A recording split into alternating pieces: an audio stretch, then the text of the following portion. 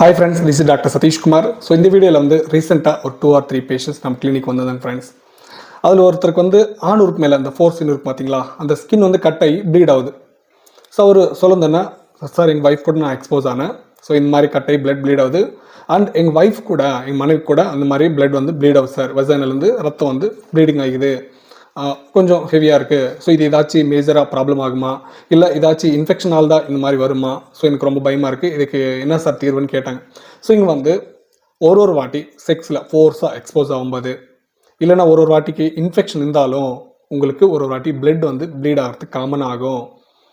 So first time expose ஆகும்போது இது ஒரு ஆக்சிடென்டலாக ஒரு வாட்டி காமனாக இருக்குது ஃப்ரெண்ட்ஸ். பிளட் ப்ளீட் ஆகிறதுக்கு காமன்.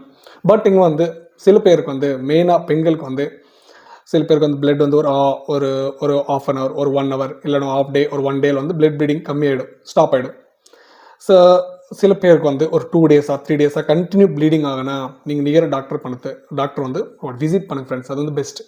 ஓகேவா? இல்லைனா நம்ம வீடியோஸில் நம்பருக்கு எனக்கு கால் பண்ணாங்க, நான் ஃபர்தராக என்ன பண்ணலான்னு அட்வைஸ் பண்ணுறவங்களுக்கு.